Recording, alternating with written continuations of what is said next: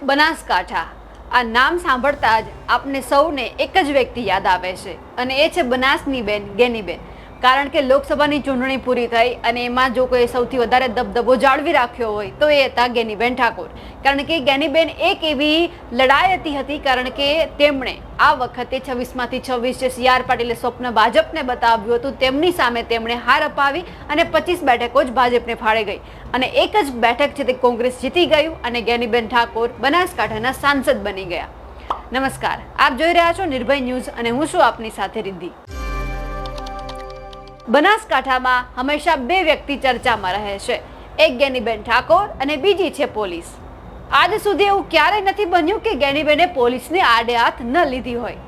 ગેનીબેને જ્યારે પણ મોકો મળે પોલીસને આડે હાથ લેવાનો અને એ મોકો ગેનીબેન ક્યારેય નથી છોડતા.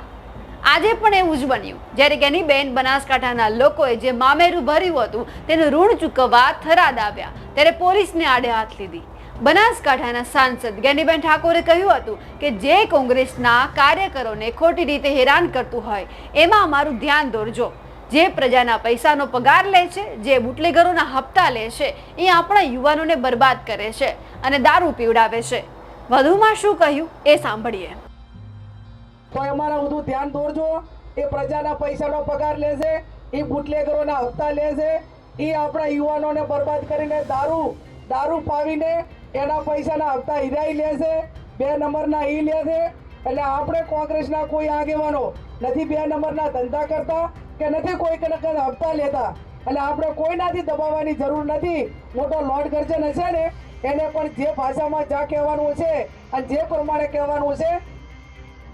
ગેનીબેન ઠાકોર વિજેતા તો બની ગયા અને બનાસકાંઠાના સાંસદ પણ બની ગયા, પરંતુ એમને જે કાર્ય કરવાનું છે તે અને એમની સાથે બનાસકાંઠાનો જે વિકાસ કરવાનો છે તેમને લઈને પણ તેઓ હવે આગળ આવી રહ્યા છે. એટલે ક્યાંક ને ક્યાંક જે કોંગ્રેસને 10 વર્ષની અંદર જે શાસન નહોતું મળ્યું, જે કામ કરવા નહોતું મળતું, તે હવે ગેનીબેન ઠાકોર કામ કરવાના છે.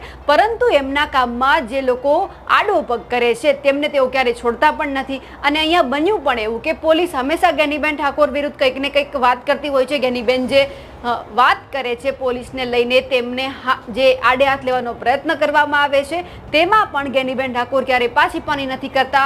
કારણ કે ગેનીબેન ઠાકોરે આજ દિન સુધી ક્યારેય પોલીસને બક્ષી નથી. પોલીસ જે કામ કરે છે તેમને ઉજાગર કરવાનું કામ પણ ગેનીબેન કરે છે. ત્યારે આજે પણ એવું જ બન્યું કે બનાસકાંઠામાં જે થરાદની અંદર જે મામેરું ભરવામાં આવ્યું હતું અને તેઓ તેમને માતર ખવડાવવા માટે ગયા, એ જ જગ્યા પર તેમણે પોલીસને આ વખતે પણ આડે હાથ લીધી. આ નિવેદનથી તમારું શું કહેવું છે ગેનીબેનને લઈને અમને કમેન્ટ કરીને ચોક્કસથી જણાવજો. સાથે જ નિર્ભય ન્યૂઝને લાઇક, શેર અને સબસ્ક્રાઇબ કરવાનું ના ભૂલશો. નમસ્કાર.